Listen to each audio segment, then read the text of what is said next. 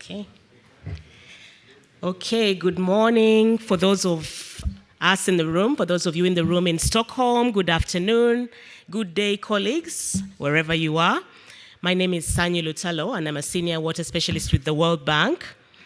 It's an honor to welcome you to this pivotal session at World Water Week, where we gather to reflect on the journey of the initiative for sanitation workers and to recommit ourselves to the work ahead. 6 years ago in this very forum, SIWI, the landmark report on health, safety, and dignity of workers was launched. And that report was a wake-up call because it exposed the harsh realities that are faced by sanitation workers worldwide. These are the people that clean our streets, that empty our pits, that manage our sewers and manage our waste. And it revealed the working conditions that were unsafe, undignified, and often invisible. And it challenged us to act. So in response, WaterAid, the World Bank, WHO, ILO, SNV, and other partners came together to form this initiative, the Initiative for Sanitation Workers. This is a global advocacy alliance that, with a bold and an urgent mission to ensure that sanitation workers are protected, that they're respected, and that they're recognized as essential public service providers. So with the support of many other organizations and partners, including through advocacy, through advisory, the advisory committee, those that are also doing great country-level work, including many NGOs and civil society organizations, and those providing funding, including the Gates Foundation. These past 6 years have seen a lot of pioneering activities and a substantive shift in the recognition of the role of sanitation workers and the attention to their working conditions. So a lot of effort has been put in. And we understood then, and we affirm now, that the ambition of safely managed sanitation under SDG 6 cannot be achieved without a healthy and protected workforce. These are the people that actually do the work. And that infrastructure alone is not enough. Systems must be inclusive, services must be resilient, and the people who deliver them must be at the center of our efforts. So today's session is a reflection as well as a celebration of that collective work, but it's also a moment of renewed resolve. A lot still needs to be done, because the path to universal sanitation is not just about pipes and pits, but it's about the people behind this work, both the people that benefit, but more importantly, the people that actually do the work. And the people who build, maintain, and operate these systems must be safe, they must be seen, and they must be supported. So today we will learn more about this important work, all the efforts that have been put in thus far, first through an overview presentation, and then through a World Cafe format, both in the room and online, with first or second-hand testimonies from sanitation workers, from ISW members, both in person and remotely, about the successes, the challenges, and the lessons that have been learned. And despite all these activities and successes, we need to acknowledge that more needs to be done, and we hope that the discussions will be very fruitful in taking us one step forward in really making further progress in this important initiative. So looking forward to very rich and fruitful discussions. Thank you. I'll hand over to Anders.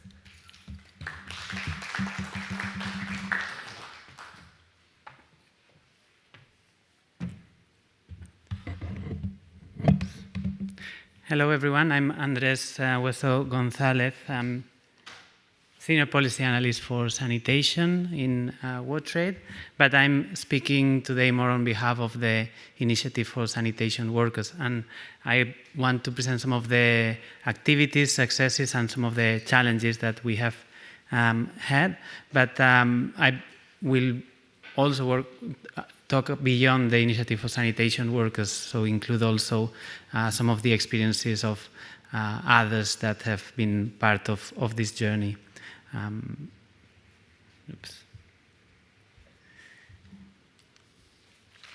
So just to make sure we all know what we are talking about, when we talk about sanitation workers, we refer to those who are engaging with FICAS as part of their job. And there are different types that we are primarily have been working with pit emptiers and some sewer maintenance workers. I'm assuming that those who are here already have an idea of what the situation of sanitation workers is in terms of the terrible working conditions, lack of job security, very high mortality and morbidity in the job, and stigma, etc. But we can also share some resources later on if you want to understand more what the situation is. So, as Sanyu was sharing, this is started some time ago, around 8 years ago, when World Bank, ILO, WaterAid, and WHO got together and started discussing that, well, we had agreed the Sustainable Development Goals. We were talking about safely managed sanitation, this big ambition, but there was little discussion about the situation and the working conditions of sanitation workers, and we felt like unless we address that, it will be impossible to achieve safely managed sanitation, because these workers cannot provide good services if their working conditions are not decent, and it will be impossible to attract the numbers of workers needed to achieve this universal access. So we decided to do first to see what the situation was. So we conducted a global review of the available evidence, and we published this report in 2019, actually in Stockholm World Water Week 6 years ago was when it was launched, and it identified some key challenges and areas for action, which I won't go into detail now, but basically based on those areas of actions, we developed an action plan, and we managed to get some funding from the Bill and Melinda Gates Foundation, around $800,000 into phases for between 2020 and 2025. And that was also when we sort of formalized the coalition, gave it the name of Initiative for Sanitation Workers, and SNV also joined the coalition. So we had 3 objectives as part of this action plan. One was around political prioritization, so getting the rights of sanitation workers into the political agendas, making it an issue at national and local level. The other was around mainstreaming these issues within the wash sector and also within the labor sector, rather than it being like an add-on or a separate activity. And then addressing some of the knowledge gaps, like the review had shown there were a lot of unknowns, so trying to address that, doing some studies, but also incentivizing research, getting others to pay attention to this topic. I'm going to quickly go through some of the many activities that we have done over this time, some of the most relevant ones and some of the ones that will be covered in the World Cafe in a few minutes. So one of the key activities is the Empowerment Support Grant. That's a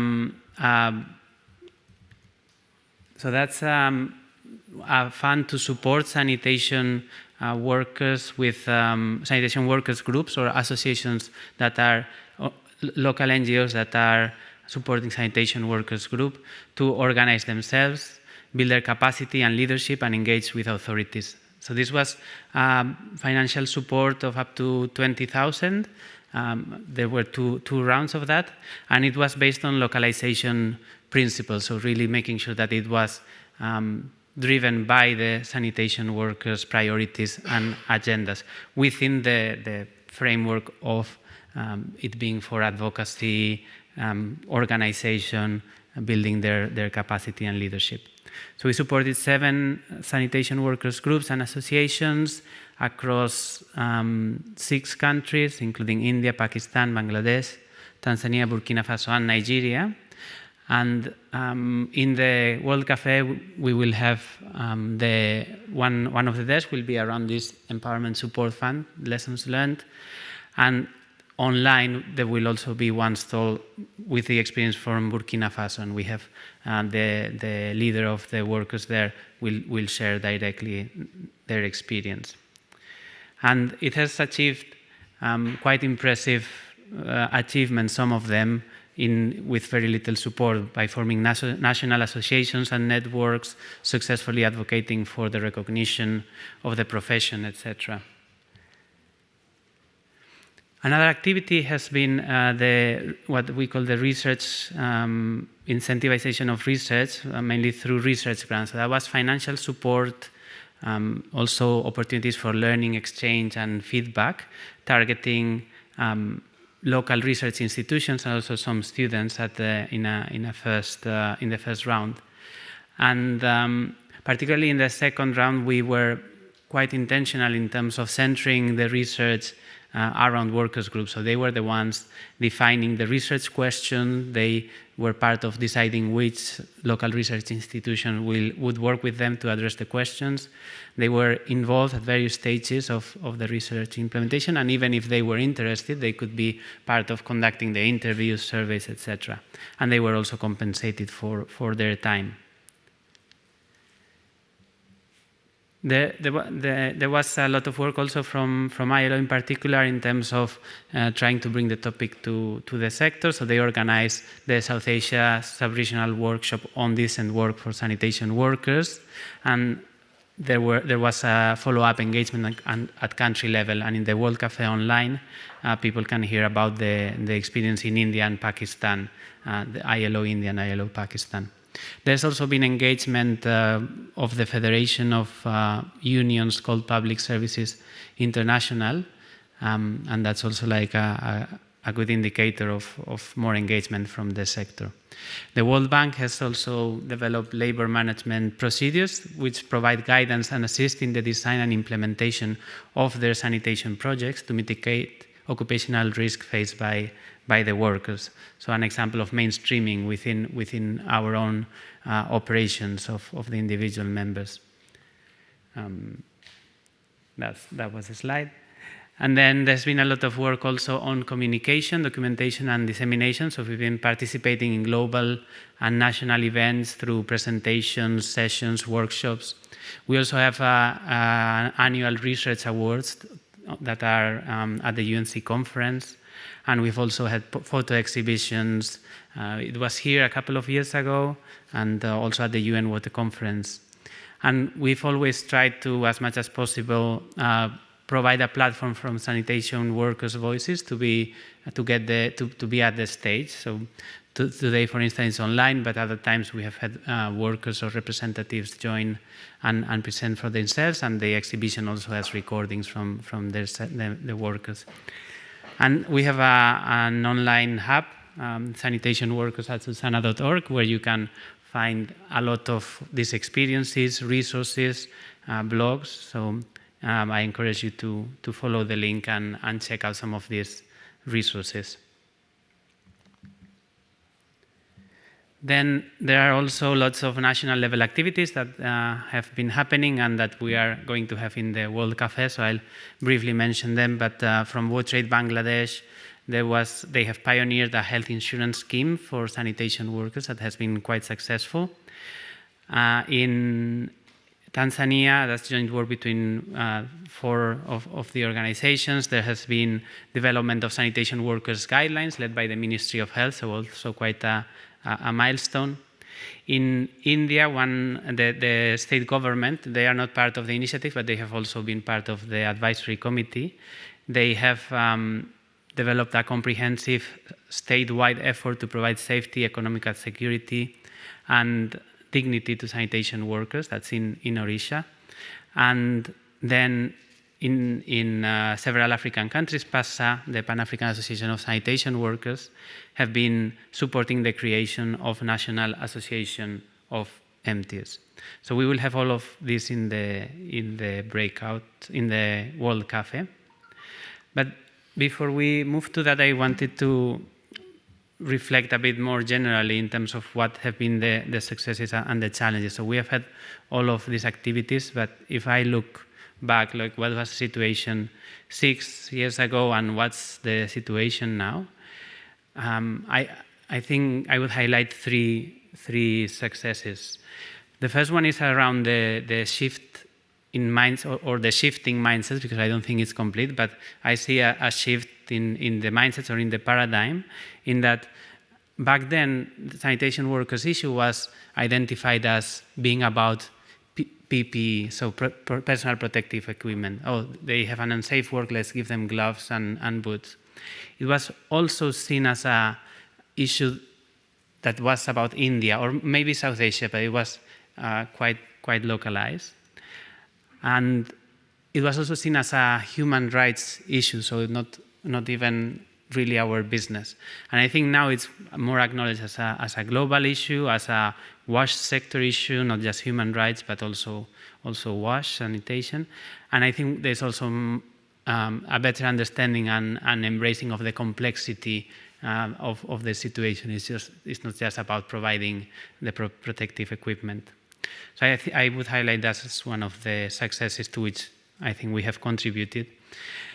The other one is the increased interest and attention. We see more sanitation programs with considerations on sanitation workers. We see the labor organizations paying more and more attention to it. And we see much more interest from academia. There's a lot of evidence that has been published or is in the pipelines, more presentations in conferences. It's not just like there is one session that talks about it. There are several sessions, and many sessions that are not focusing on sanitation workers have mentioned to these issues. I think that's interesting. And I think the final one is that we have now practical experiences and models for actions. I think at the beginning when we embraced that complexity of the issue, we were a bit paralyzed. It's like, okay, what do we do? Because it's not just PPE. PPE was easy, but now we need to think about the stigma and about economic security and about this, about that. And I think it's not that we now have like the magic wand, but I think we have several examples of practical things that you can do that have an impact. We have examples of small groups of informal manual emptiers coming together, forming an association in their town, inspiring others to do the same, co-founding a national platform. We have examples of them advocating and achieving impressive policy change, like the recognition of their profession officially by the government. We have examples of collaborative research, and we have a model in terms of how do you work with sanitation workers in a horizontal way. And we have also a model of how can external actors support sanitation workers' empowerment in a way that is respectful and sustainable and doesn't disrupt local dynamics in a negative way. And we have also examples of governments doing their job on this issue. What are some of the challenges? I think the cross-sectoral collaboration is something that is still missing. So we have labor doing things, we have wash organizations doing things, but I think we can do more in terms of working together on this issue.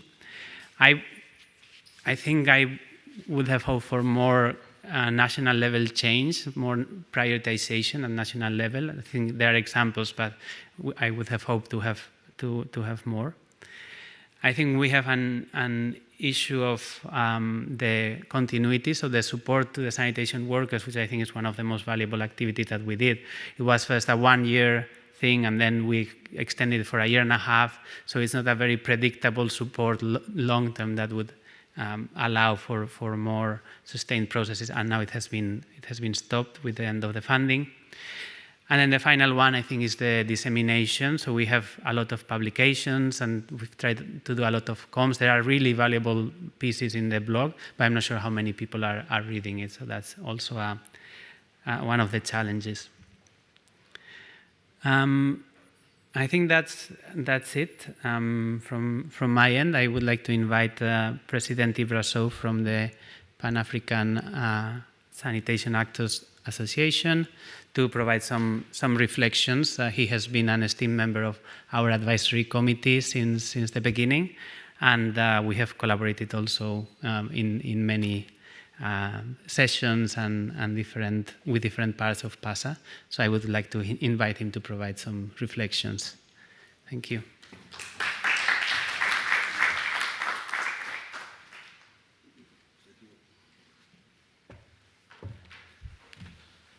Hello, good morning, everyone. Thank you, Mr. Andres. I'm very sorry, my English is not very good.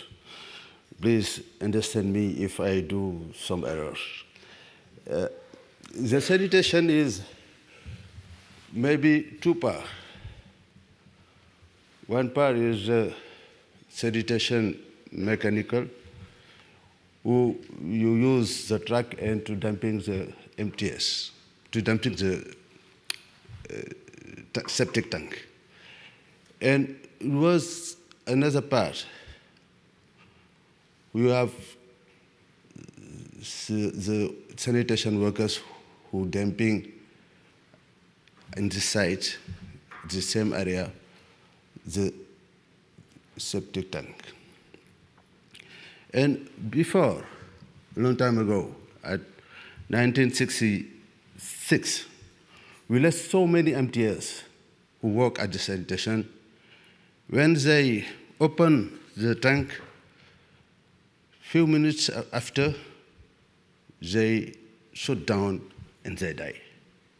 We don't know what is this problem, the cause of that phenomenon. And after, maybe 15 years after, the guy came to support us and they teach us it was the guys who killed the MTS when they dumping the septic tank. If they don't do careful, they must die. And then we remember all the guys who die, they don't be careful. They open and they would like to dumping immediately, to emptying immediately, and just after that, they die. When the guy teach us this phenomenon, we do the big session, the big conference, and we teach all the MTS, if you don't do careful, you will die if you emptying the septic tank, but it was a gas in, who if you take it, you must die. And then at 2020,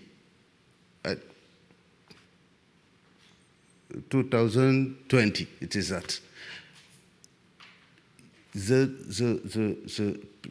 percentage for the MTS who die is very, very small now.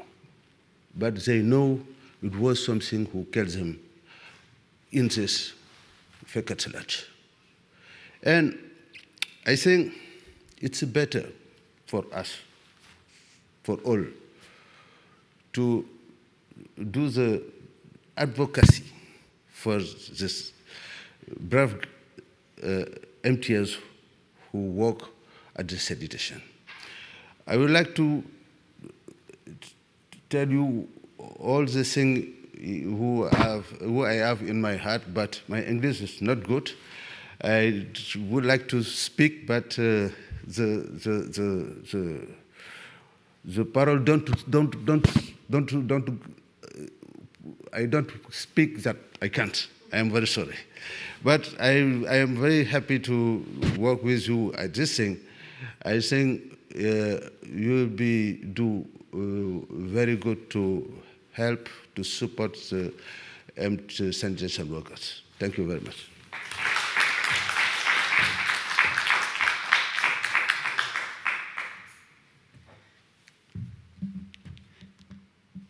Great. So we are now going to have the World Cafe, and I don't know if if this is the first one, but we are doing like a parallel hybrid World Cafe. I will claim it's the first in the history of this conference. So basically, there will be 1, 2, 3, 4, 5 stalls here in the room, and there will be 3 online. So if you like the ones online more, bad luck. Or you can go and find a corner and join online. But the session will be recorded, so you actually have the chance to listen to those afterwards. So if we can do the decoupling so that online they can start the presentation. And here we will have 5 tables. So I will be in that table over there talking about this Empowerment Support Fund, which I mentioned.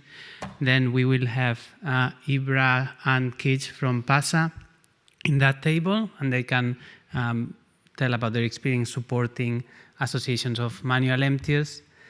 We have Nick from SNV is there. He will tell more about that experience in Tanzania with the development of guidelines, national guidelines.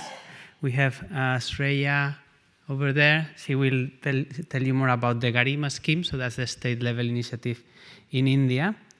And then Yasin from WaterAid Bangladesh will be there on the Sanitation Workers insurance scheme. So please go to whichever one you are more interested in, but also look if someone is some table is empty, have some pity for that speaker and join that. We'll have 3 rounds, so you have the chance to listen to 3 of them. But when the time comes, I will ask the speakers to move so that it's not so chaotic. But then if you want, you can also move if you don't like the one that is coming to you. Okay, so 3 rounds of around 15 minutes.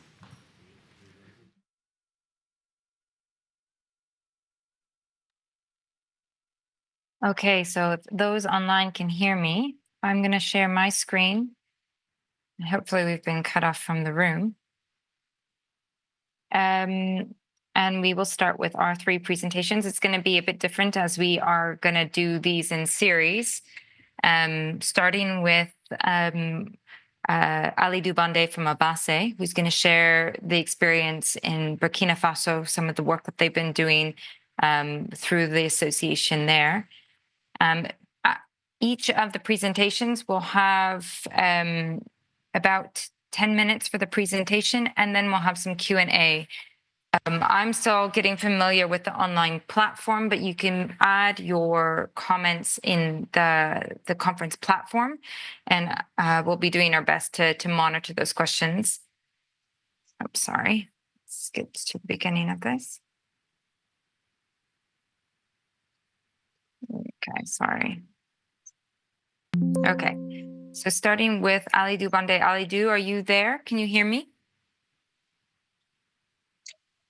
Oui, bonjour tout le monde. You can go ahead. The floor is yours. Vous me recevez? Yeah. Oui.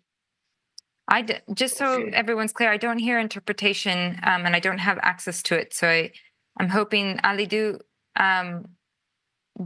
do you have access to the interpretation? To French? Yeah. You do? French. Okay.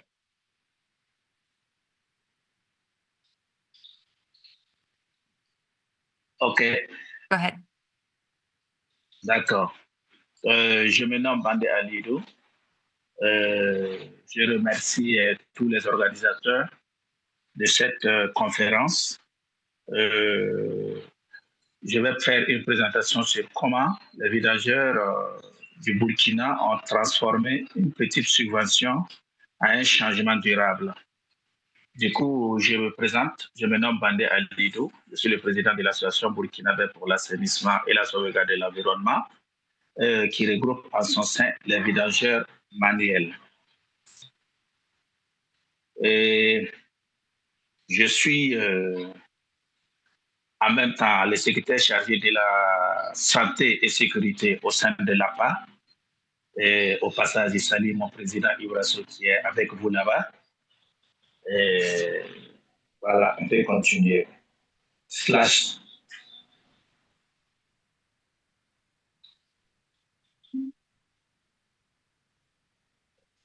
OK. Les défis pour les vidageurs, pour les travailleurs de l'assainissement de la base. Voici le plan. Les défis pour les travailleurs de l'assainissement de la base. La réalisation avec l'appui du programme ISW, appel à l'action. Vous pouvez continuer.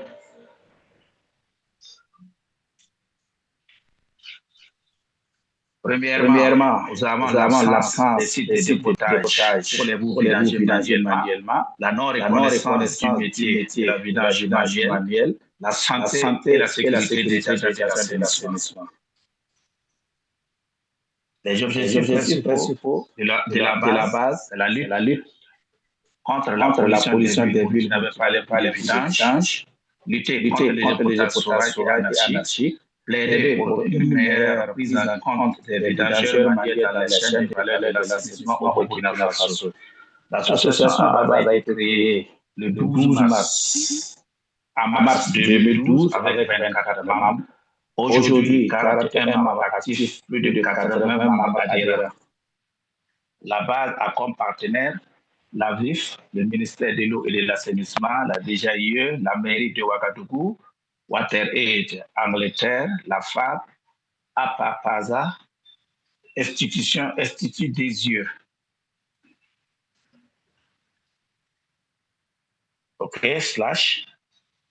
La réalisation avec l'appui programme USW, c'était de faire un plaidoyer pour la reconnaissance officielle du métier de vidage manuel, adoption du décret du 17 août 2003 relatif à la réalisation des ouvrages d'assainissement dans les ménages et établissements publics, la réalisation des sites des stations de traitement de boues de vidange dans toutes les communes du Burkina Faso, la reconnaissance officielle de la vidange manuelle et la profession du métier de vidangeur avec délivrance d'autorisation et d'exercer par les collectivités territoriales.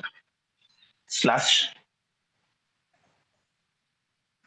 La réalisation avec l'appui du programme USC, c'était d'abord cartographier tous les vidangeurs manuels de Ouagadougou, Bobo, Koudougou, et ceci a été effectif puisqu'on a pu rencontrer et on a pu recenser 120 vidangeurs, 120 entreprises de vidage manuel à Ouaga, 55 entreprises de vidage à Bobo et 40 à Koudougou. Manuel sur les pratiques du métier de la vidange, bonne pratique du métier de la vidange, mécanique et du manuel, processus de demande d'agrément, technique et autorisation. La réalisation avec l'appui du programme ISW, renforcement des capacités, formation de 131 vidangeurs manuels, risques liés à la manipulation des boues vidangées et l'importance de se regrouper en GIE s'est déroulée. La réalisation s'est poursuivie à la mise en place, à la reconnaissance du métier de vidange. Nos objectifs après la subvention.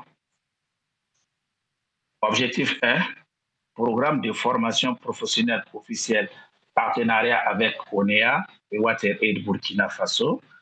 Développer un plan d'affaires pour mieux gérer les difficultés et soutenir les associations des travailleurs de l'assainissement. OK. Avec un soutien financier, acquisition d'équipements de protection individuelle, campagne de sensibilisation, recherche et l'innovation est notre plan d'action à venir. Merci beaucoup pour votre aimable attention. Je vous remercie.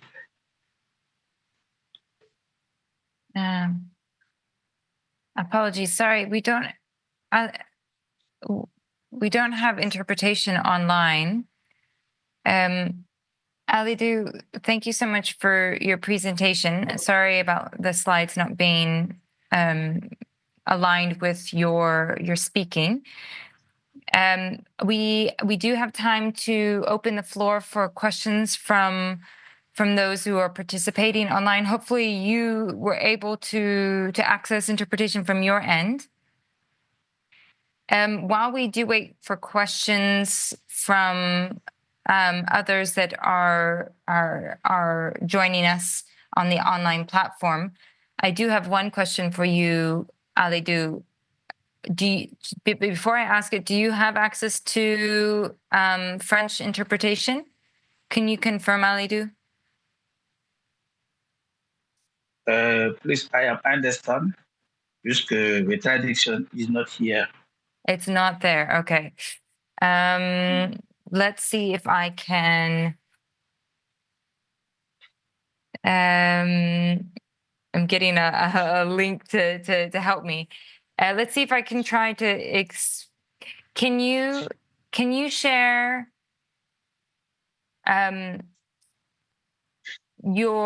what you think moving forward? I'm going to put it in the chat if that's okay. This is quite challenging without interpretation. Okay, what we're gonna do, because there is no interpretation. There is somebody saying click the interpretation. There is no interpretation globe on this particular platform at the moment. We don't have access to that. So what I'm gonna do, Alidu, we are gonna come back to questions for you. I'm so sorry. Hopefully between now and the end of this session, we can actually access interpretation. Okay. Oh. I understand. This English is small. I understand people who are listening understand that the platform we're working on from this end is a Zoom platform, and what you're seeing is on the conference platform. So we don't have access here on Zoom. So it's a bit of a different platform. So we are going to get it fixed from our end, so we also hear what everyone else is hearing, and then we will come back to you, Alidu. In the meantime, we are going to move on to Rasi and Bashile. Leila from SNV and colleagues, we're going to skip temporarily your presentation and move to ILO and their presentation. And then at the end, we will come back for questions for you, Alidu, because I know there are going to be quite a few. And I have one in particular. So we'll come back to questions for you. In the meantime, let's move to ILO with Rashi and Bashile.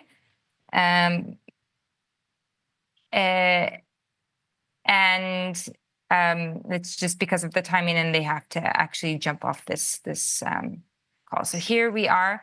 Over to you, Rasi and Bashile, for your presentation about the work that's been going on in Pakistan and India through ILO.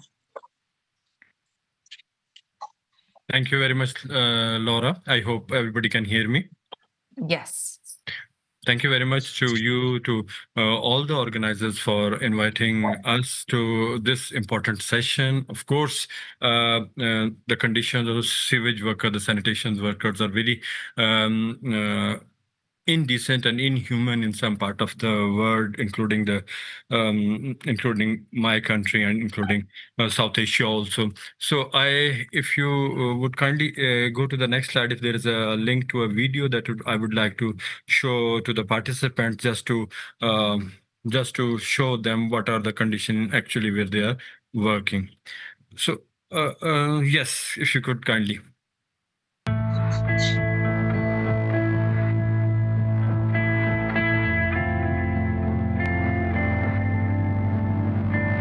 मेरा नाम शफीक मसीह है और मेरी उम्र 45 साल। मुझे sir 23 साल हो गए हैं सीवर का काम करते हुए।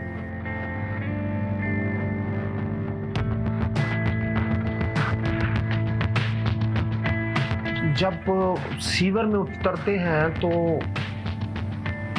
सबसे पहली बात को अंदर डर ही होता है कि नीचे उतरते हुए पाँव में कोई चीज़ लग जाए, हाथ पे कोई चीज़ लग जाए, कट लग जाते हैं, ब्लेड लग जाते हैं, अंदर कांच की बोतलें हैं वो लग जाती हैं। ज़ख़म तो लगना जो है ना सीवर के अंदर आम सी बात है, और सबसे बड़ा डर जो है ना वो यही होता है कि शायद पता नहीं अब इसमें से मैंने बाहर निकलना है या नहीं निकलना।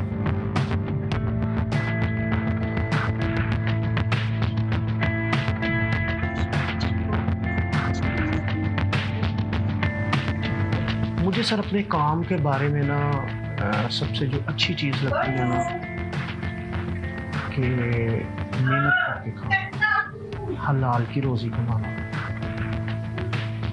खुद गंद में उतर के दूसरों को जो है ना वो सफाई देना, कोई आम काम नहीं। आप खुद तो जरासीम के अंदर हो लेकिन लोगों को जरासीम से पाक करते हैं आप लोग। मैं समझता हूँ कि जिस तरह एक डॉक्टर जो है वो खुद जरासीम के अंदर जाकर दूसरों को बचाता है, हमारा भी ऐसा ही काम है।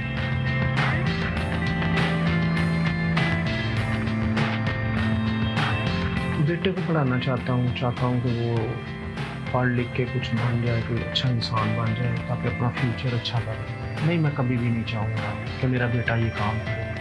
उसकी सबसे बड़ी वजह यही है कि मुआशरा इज़्ज़त नहीं देता। मुआशरे से ये रिस्पेक्ट है कि आप इन लोगों को इज़्ज़त दें क्योंकि ये आपका डाला हुआ गंद ही उठा रहे हैं।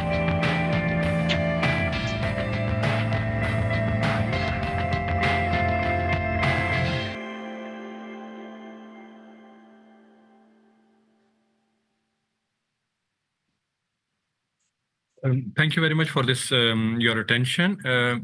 This video reflects the story of a sewage worker with whom we are working, with the organization we are working, and this shows and depicts the inhuman and indecent working condition under which they are working. However, the International Labour Organization, the PRS project, we started our journey of promoting gradually decent work for them. The issues that usually the sanitation worker and sewage worker face is that the issue of exclusion, stigmatization.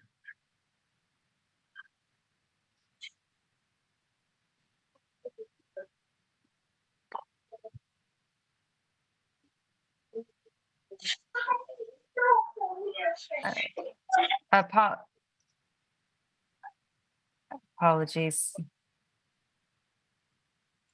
They're still connected. Sorry.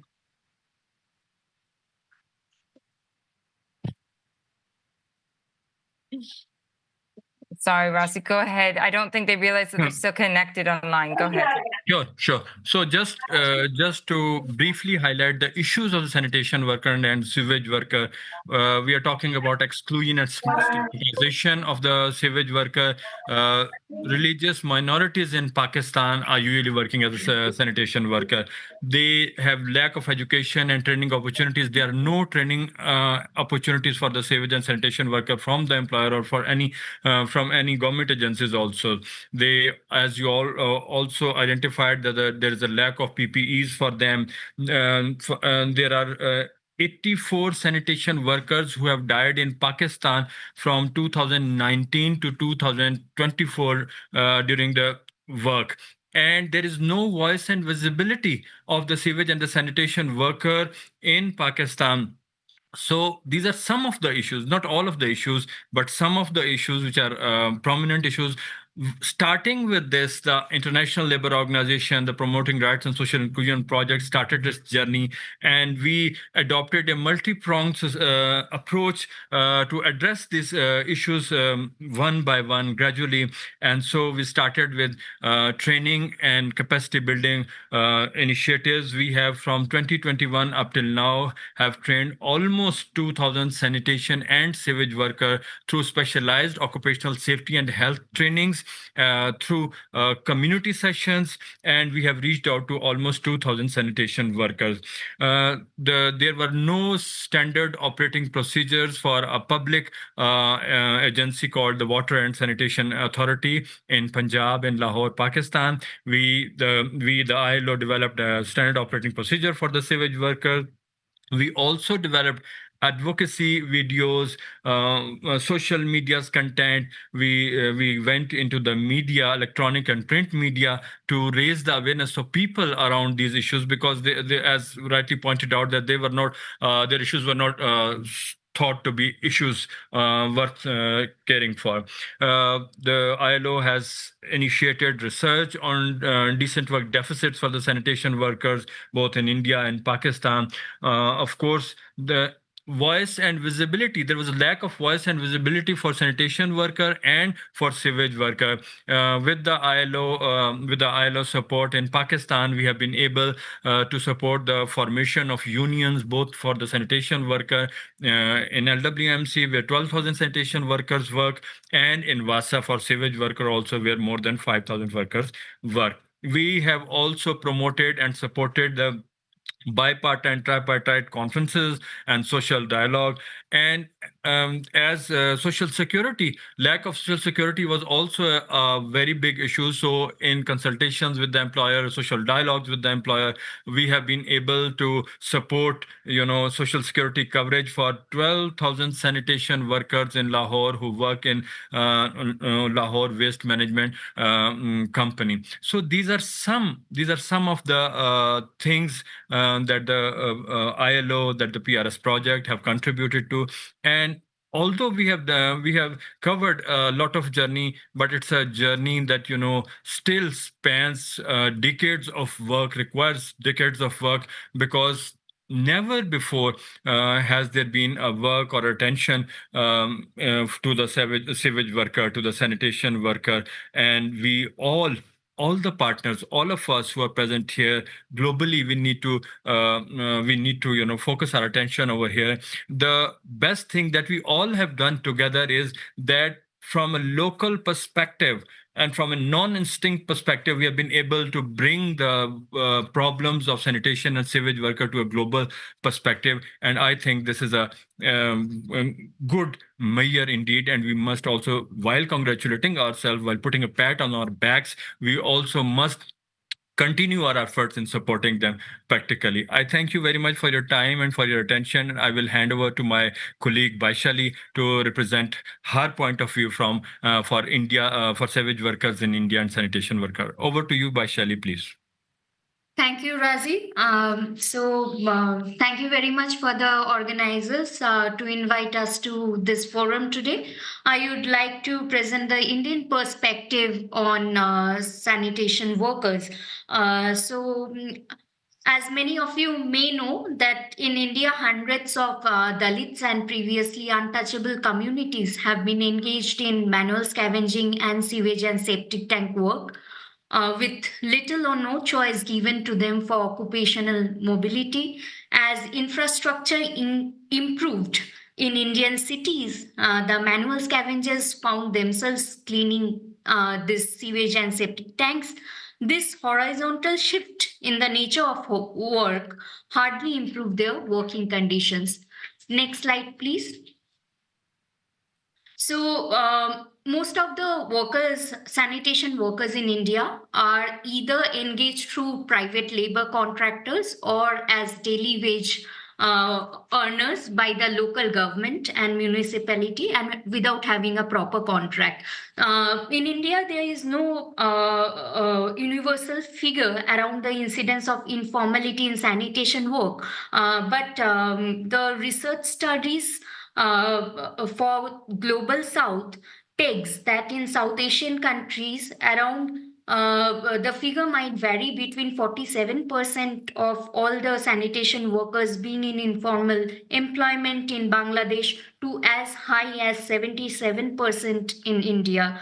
And as far as the monthly earnings of sanitation workers are concerned, they vary hugely, with some earning as low as 60 USD, US dollar per month, to others earning maybe up to 200 USD per month. And one of the World Bank report also highlights that permanent sanitation workers who are directly engaged by the municipalities or the local governments earn 3 times more wages than the informal workers. Next slide, please. Due to large level of informality in sanitation work, as most of you might be aware that these workers do not have access to provident fund, pension, health insurance schemes, paid leave, or even maternity benefit. In the figure above, we can actually see that around 72% of the sanitation workers in India do not have any form of social security. In the previous slide, you must have also noticed that women workers, who actually constitute around 45% of total sanitation workforce in India, do not have access to maternity protection or cash facilities. Most of the sanitation workers in India live in slums without access to basic amenities and fear of eviction. Next slide, please. In addition to undignified work, workers suffer from high occupational safety and health risk. And the number of deaths, as also mentioned by Razi, at workplaces in this occupation has been quite high. In India, 84 people died at workplace in 2022 and 49 people died at workplace in 2023 because of the high toxicity and toxic level of gases at these workplaces, the risk of infection and fatal accidents in sewage and septic tank work. The average life expectancy of a sanitation worker in India is around 58 years compared to the national average of 69 years almost. And many of the diseases actually that the sanitation workers might have go undiagnosed and untreated, and many of the diseases are not even covered by the health insurance schemes. And last slide, please. In the last slide, I would like to highlight what, as a part of PRS project, we have been doing so far.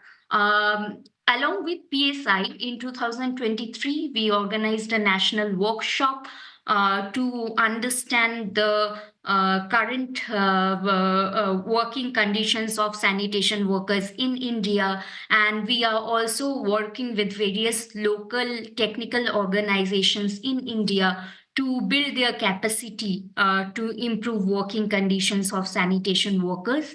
And also, along with central trade unions in India, particularly in the state of Bihar, we are trying to collectively bargain for formalization of employment of sanitation workers.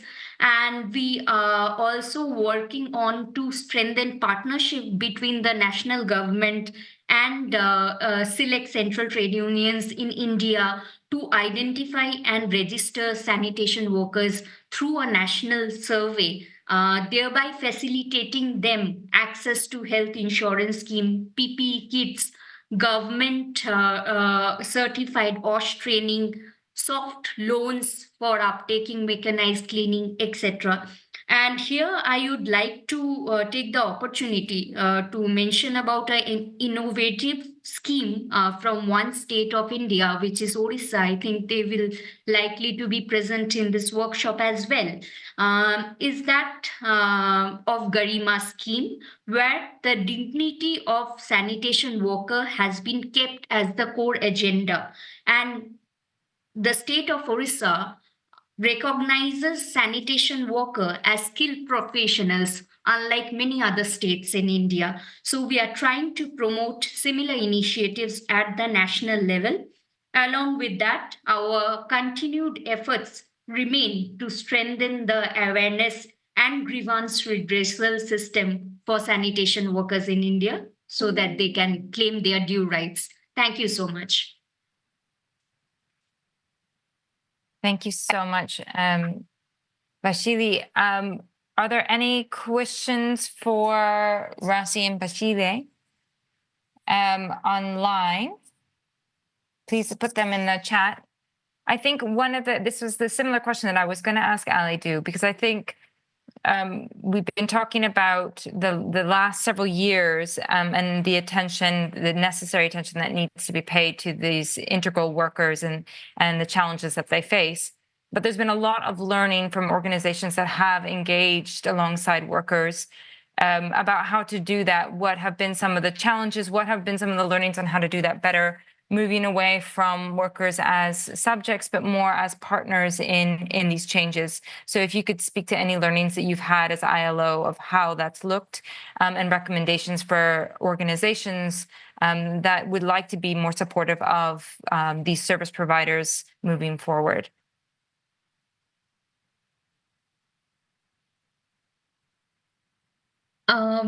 Maybe I can answer that. Razi may come in and further strengthen my answer. One of the shifts that we have observed in the recent year is that earlier the issue of sanitation workers revolved only around OSH aspects. So with continued intervention of ILO and other international development agencies and this robust researches that Andres also spoke about, we have been able to, widen the understanding of various stakeholders, particularly of the government, and get their attention to recognize that the issue of sanitation workers in India is not only of an OSH issue. It is of dignity and a more holistic approach might be needed to tackle the challenges that sanitation workers might be facing at their workplaces and also their outside their workplaces as well. And in this respect, I would again like to cite Garima scheme, which actually tries to put dignity at the center of development for sanitation workers. And this is something we are looking forward to in the coming years. And in India, I don't know about Pakistan, in India, many of the NGOs have been very vocal about the rights of sanitation workers, and it is slowly becoming the agenda of central trade unions as well. And particularly so with our select trade unions, we have been able to have a very robust partnership between the government of India and few select central trade unions to collectively respond to the needs of sanitation workers. So I think, and building on the local capabilities is one important thing that has emerged as a necessity in the coming years, because for example, the needs of sanitation workers in South Africa might be very different from those in India and Pakistan, and where caste angle, religious minority plays a very important role. So that's been our learning and journey so far. Thank you so much. I don't know, Rasi, if you're still there, if you have anything to add. I also have 2 questions from individuals online as well.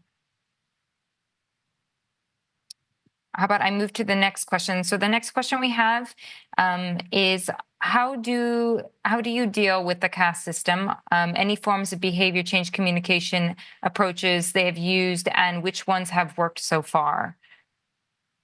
Yes, so we closely work with the social partners to raise awareness on how, there is a need for the public in general to understand and to, to make that shift that sanitation work can be performed by anyone. But unfortunately, in India, sanitation work has been traditionally performed by certain marginalized communities. One of the recent data by the government of India actually shows that around 30 to 35% of the sanitation workers in India do not come from marginalized caste groups. But at the same time, the data also puts light on the fact that 65% of the sanitation workers in India are still from the marginalized caste group, particularly specifically from the Dalit communities and previously untouchable communities in India. Though untouchability has been long abolished in India, it is still being practiced in softer forms, and you see that is apparent in this occupational caste groups. So we are trying to, work on behavioral change, particularly by developing some communication materials, by trying to practice non-discrimination within the structure of the social partners themselves, trying to build local leadership from the community itself. And I think there's a long way to go. But if we start recognizing these people as essentially healthcare workers or providers of essential services in a society, I think many of the concerns that we have around the caste system can be actually duly resolved. I hope I could answer your question. Thank you. I think that's very helpful. And then we have one last question from an individual on the online platform. We have, has there been any examples of sanitation workers being part of startups or enterprises on waste management, given that waste management is being privatized everywhere, and how development sector can contribute to supporting sanitation workers to becoming entrepreneurs? Right. So there have been few examples from India. The government of India is also trying to promote a scheme called Sanipreneurs, where they are trying to build capacity of various self-help groups, and in terms of understanding of mechanized cleaning. So these groups can access softer loans or subsidized capitals through various financial institutions, and can start up their own business venture in sanitation or cleaning industry. So there have been certain initiatives by the government of India, and through the PRS project in India, in the state of Bihar, we are also trying to create or form few self-help groups who can be trained as sanitation entrepreneurs. And possibly we are looking forward to that these groups are possibly able to access the softer loans that's being offered by the financial institutions. They have a clear understanding how to manage these loans, and if they want, for those who are willing to run a business, not all can run a business, for those who are willing to run a business, they also have the choice and agency of doing so. So we are working on to build a capacity of workers, social partners, to run a business in this particular sector. Fantastic. Thank you so much. And thank you, Vanita and Leila, for the questions online. We will move to our final presentation. Thank you, Bashali and Rasi, for the presentations. And just as a reminder to everybody, please keep putting your questions for Ali Du, as well as others on the online platform. We are still trying to sort out the interpretation so we can exchange here. So I know you all hear the French and have those interpretation options, but we are still trying to figure it out from our end. So, all right, our final presentation is around Arusha Depot manual emptiers, and I'm going to hand it over to Leila. The floor is yours. Hi.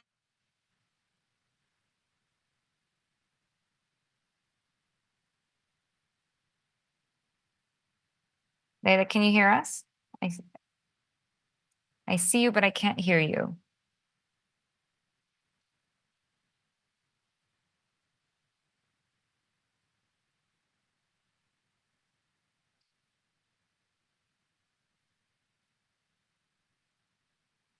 If you can hear me, maybe we'll do video off because it seems that there's a connection issue.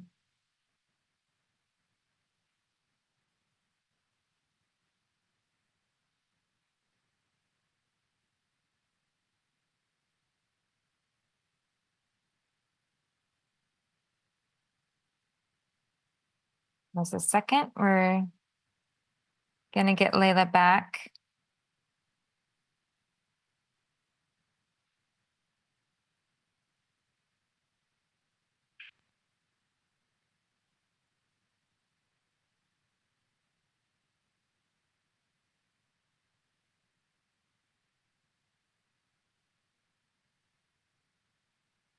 Here we go. Hi. Sorry, everyone. I just disappeared for a little. Yes, so my name is Leila Khalifa. I work with SNV, Netherlands Development Organization, as a water sanitation advisor, and I have been a focal point for sanitation workers interventions in the WASH SDG program. So I will take you through a short, brief story and journey of the Arusha Depot Manu MTS group. By the way, I also have Dismas Chikoti here. You can see him on the photo. He is the chairperson of this group. So picture this, it's 2017 and Manu MTS in Arusha are using plastic bags, buckets, and ropes and shovels to move sludge from pits to newly dug pits, whilst running from health officers and the fines and the arrests. So this is the situation that the WASH SDG program encountered with in the Arusha city. In the Shinyanga municipality where we were implementing the program. Next slide, please, Laura. Thank you. So the WASH SDG program focused on the entire service chain, and one of the key components of this chain is the emptying part. So we were trying to achieve safe and affordable emptying. And when we talk about safe emptying, sometimes we get to just focus on the emptying trucks and forget about the really key people who are the manual emptiers. And so for this intervention, we had to really dig into what is happening then on that side of things.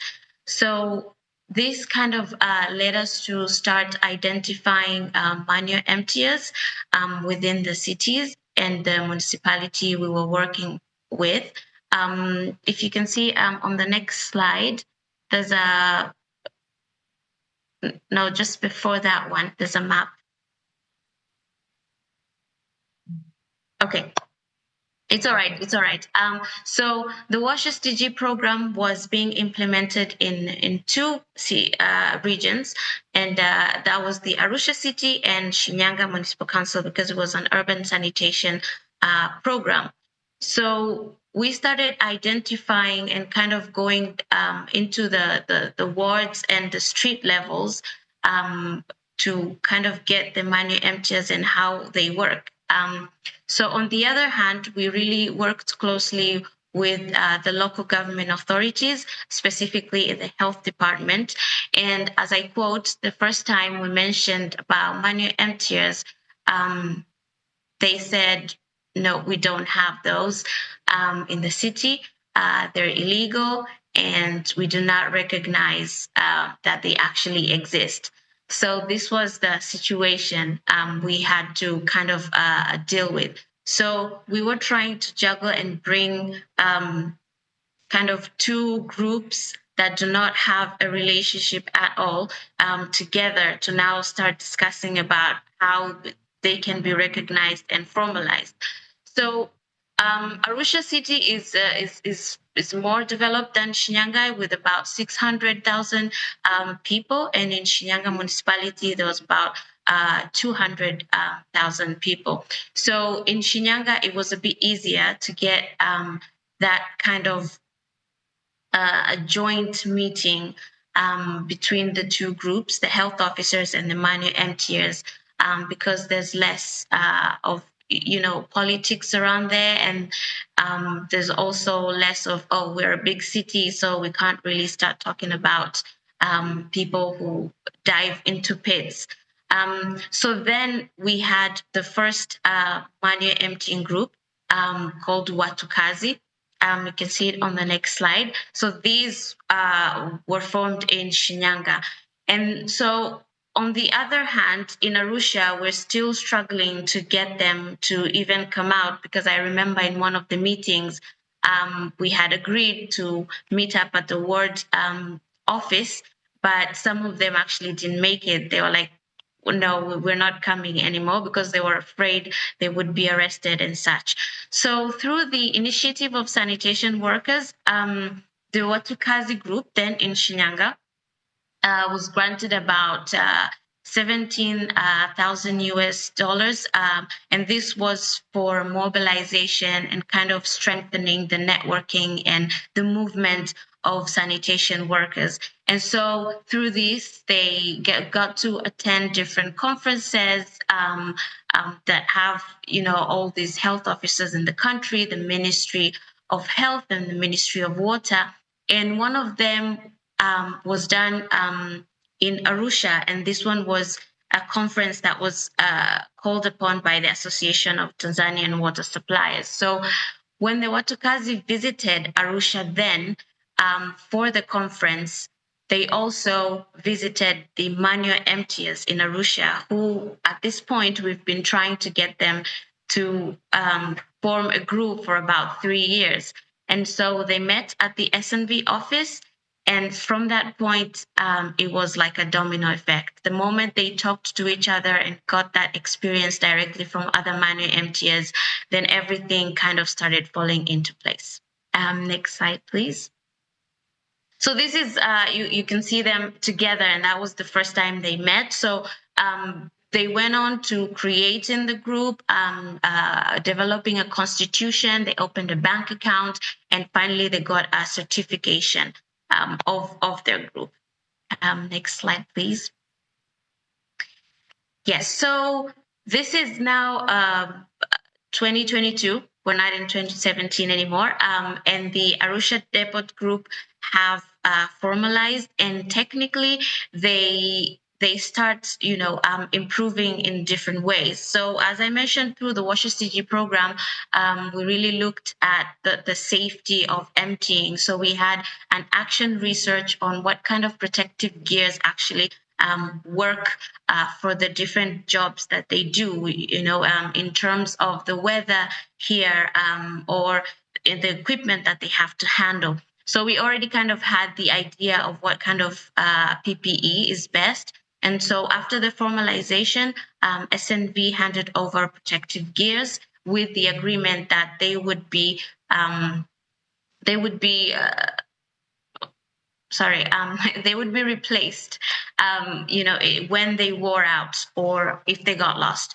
And hand in hand, we also handed over a pitback machine, which is a semi-mechanized manual emptying equipment. You can see it over there. It's very small, and it can access even the places with the narrow roads, which is mostly the reason why manual emptiers have to work instead of the emptying trucks.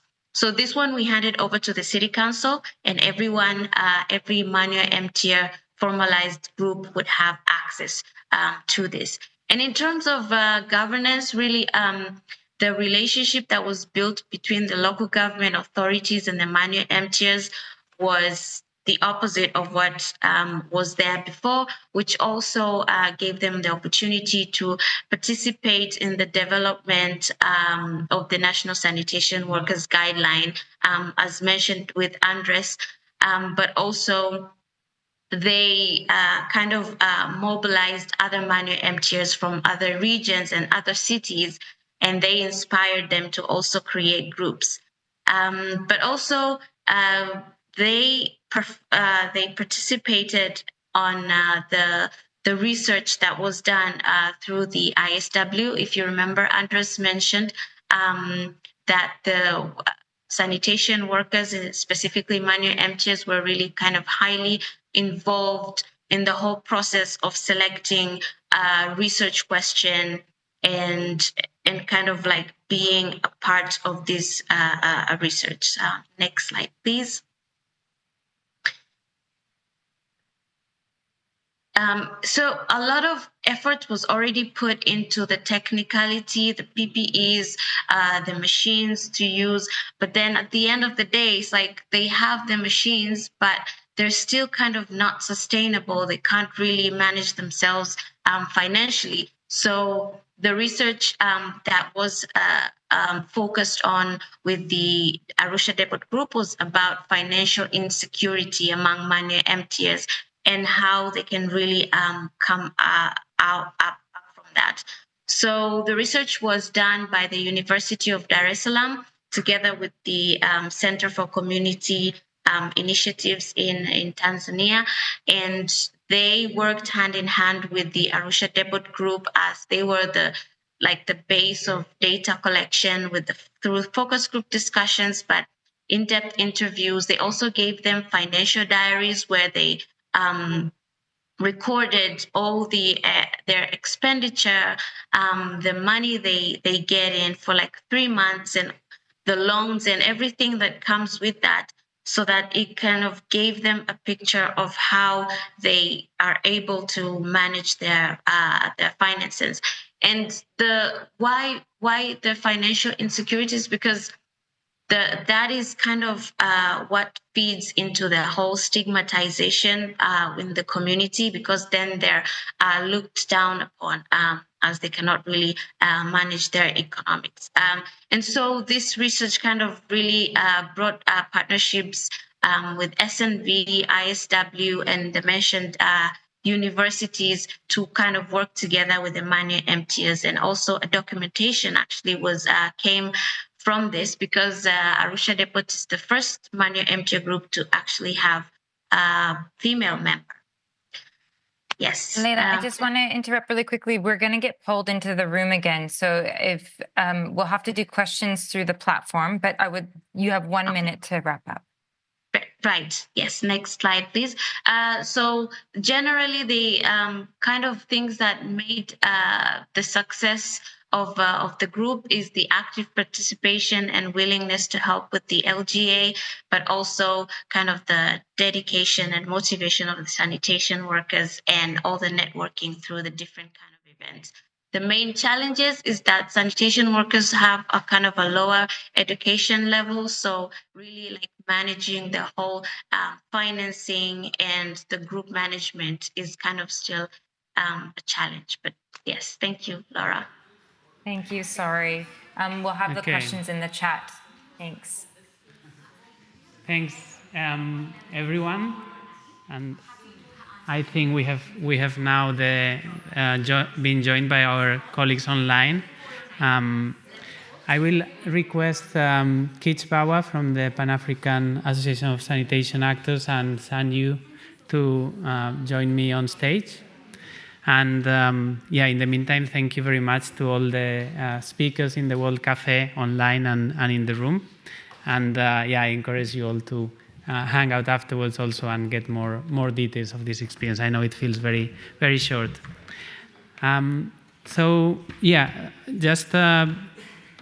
This will be like a quick fire, I think they call it, panel, to just share some of the priorities and opportunities looking forward from the perspective of some of the members of the initiative. So, Keith, if you want to go first.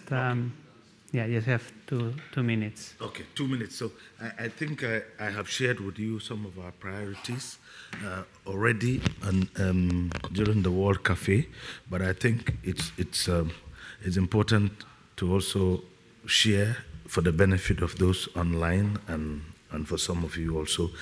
One of the things we're doing now is we're mapping in all the 31 member countries of PASA who are the manual MTS, what are the challenges they face, how can we support them, and how can we help to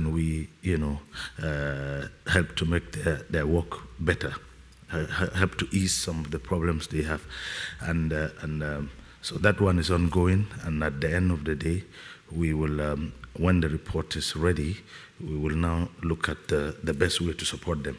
But generally also, we are looking at how we influence policy at the level of national association, at country level, to ensure that there is the policies improve the the conditions of sanitation workers. So those are immediate priorities now. And of course, I was discussing with some of you, we think that it's important to make the ISW a big platform where we can influence at the regional and sub-regional level. So we will need to have more members and all join hands to ensure that we improve the condition of sanitation work and sanitation workers. Okay, thanks, Kitch. So I think one of the main opportunities that we have is really to continue to share this knowledge on sanitation workers and to advocate for it through the various platforms. It also, to really amplify the voices beyond our sector, because many times we come and sit in forums like this, and many times the people that come around, are people that are already working in this space. So really amplifying the issue of sanitation workers, the issues around this beyond the sanitation sector and working across other sectors. So bringing in the health sector, bringing in the various, social inclusion participants and so on, really environment and, amplifying those voices. One of the things that we talked about is the stories. The stories are really powerful and, bringing in the, communications, behavior change, and just, elevating the topic of sanitation workers and really letting it reach more people. The other way that we are doing this, for example, within the World Bank, is really making sure that we bring this issue of sanitation workers to the forefront in our operations. So really making this a part of our project designs and programming for other organizations, depending on what models you use, making sure that this is put at the forefront of the sanitation components, that we don't just look at the infrastructure and other, institutional aspects, but make sure that sanitation workers' issues are actually included. And at the World Bank, for example, as some of you may already know, we have already included this in our labor, management procedures as part of the safeguards, aspects of project design, environmental and social safeguards now include sanitation workers aspects. But we have the opportunity to make sure that we take that even further by bringing in more. And clearly we saw that there's a lot of ongoing work, very many interesting stories that we heard at the various tables. And really, how do we bring these stories, how do we amplify them, further? This is something that we would like to do over the next year as we really move forward with this initiative, and then try to get traction from that, maybe, be able to crowdsource, more funding from, unconventional sources, not just looking at the traditional funders, but really when these stories come out, when this issue becomes important to other people, then you bring, you find that, you get interest from other potential funding sources. Thank you. I think, from an initiative for sanitation workers perspective, just to mention that we are transitioning now from a smaller group to a larger network. So we have PASA has officially joined, and there are also a handful of other organizations that have joined, and we are becoming more like an exchange and coordination organization, and we want to make sure we keep a few things going despite the lack of funding. So make sure that the website is still going, possibly continue the UNC awards, and continue finding then opportunities to present at the conference, share what we are doing, find opportunities at national level. So we've been working with PASA quite a lot, we've been talking quite a lot to, which countries can we maybe identify where there are opportunities at national level. And we are collaborating, for instance, with Abase, who presented online, and WaterAid in Burkina Faso to take forward some of the work. I think the other thing that we've been doing and that we want to continue is try to keep fundraising efforts to continue our work, or at least to continue the Empowerment Support Fund, which we find is the one that is more painful to see discontinued. And we wanted to, it doesn't need to be through us. We are also very happy if there is any foundation that maybe wants to take this on, and we are very happy to provide all the our experience in terms of how to take it forward. So if you have any leads or any deep pockets, please talk to us afterwards. But yeah, I think that's all from my end, and I will pass the mic to our colleague from the International Labour Organization, Oliver Liang, Head of Public and Private Service Unit, for some closing remarks. Sorry. Thank you so much, Andres. I hope you can all hear me. Yes. I'm delighted to join you virtually. I wish I could be in Stockholm. I'm joining you here from a meeting I'm attending with Chinese foundations and donors that are interested in supporting work on the essential and public services that are so important behind the SDGs. Listen, I just want to say two things. First of all, a big thank you to all the presenters. You present absolutely essential and important case studies in this important work. It is, let's face it, some of the most invisible work that goes on behind the SDGs, and the work you're doing with these very difficult to reach workers is absolutely inspiring, and it's absolutely critical. And as Andres pointed out, we are in difficult times. The funding for this kind of work is drying up. We are going through big political changes, and that is all the more reason why we have to double down on the fight. I was just looking at the draft outcome document for the Social Summit for Development, which will be happening in November. And as usual, the world recognizes the importance of all sorts of public services like education, health, water. But I was, to be frank, infuriated not to see mention of the workers that are behind this. People, it's people and enterprises that are going to have to deliver for the SDGs. So we need to double up on this fight. We will do so on our end. In 2027, we have scheduled an international meeting on the conditions of sanitation workers, and we hope to use that as a platform to bring together workers, employers, and governments to once again raise this important issue and amplify the excellent work you're doing. I'll leave it at that as we're at the end of our time. Thank you, all of you, for this fantastic event, and I wish you a really productive time in Stockholm this week. Thank you.